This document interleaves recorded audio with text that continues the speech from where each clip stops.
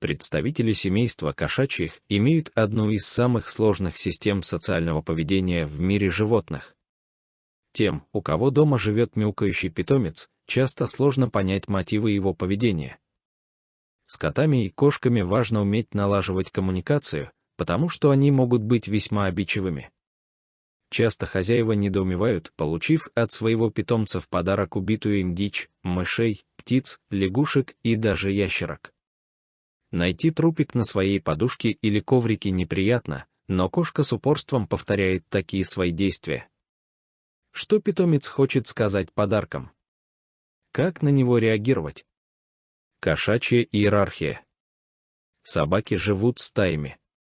Поэтому при домашнем воспитании в норме псу проще признать хозяина вожаком и служить ему.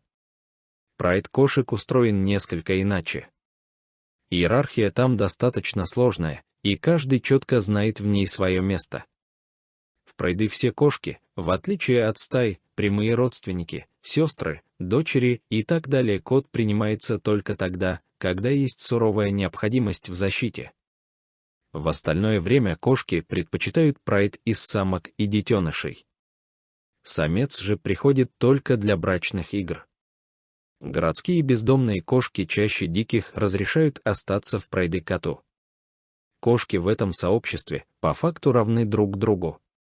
Такого выраженного подчинения, как в стае волков, например, у кошек нет. В прайды есть главная кошка. Но она имеет совсем не такой статус по сравнению с вожаком у собачьих.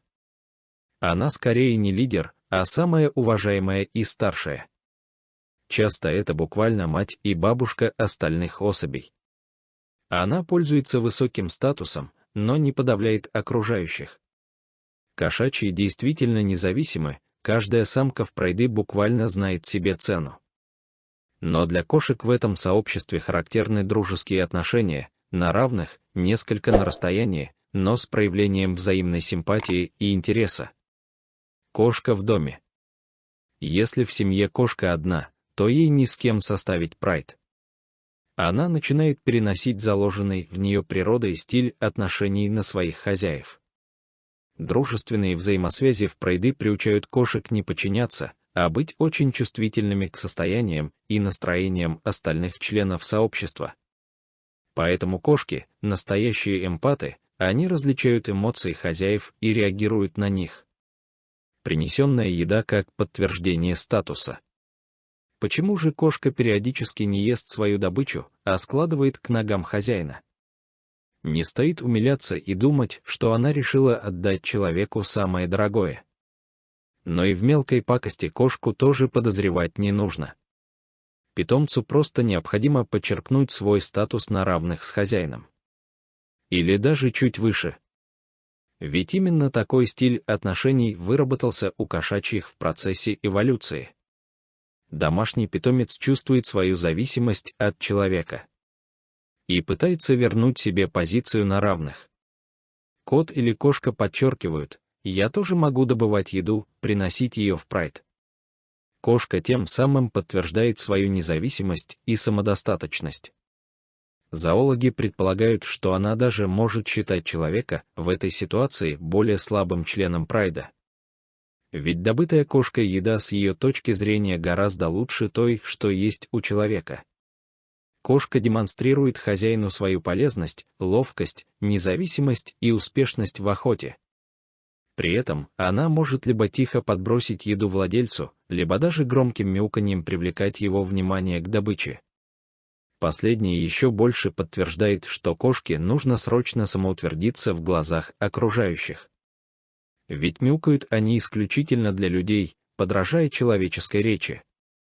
В этом случае кошка буквально приказывает: «Прими добычу и надежно укрой ее на контролируемой территории».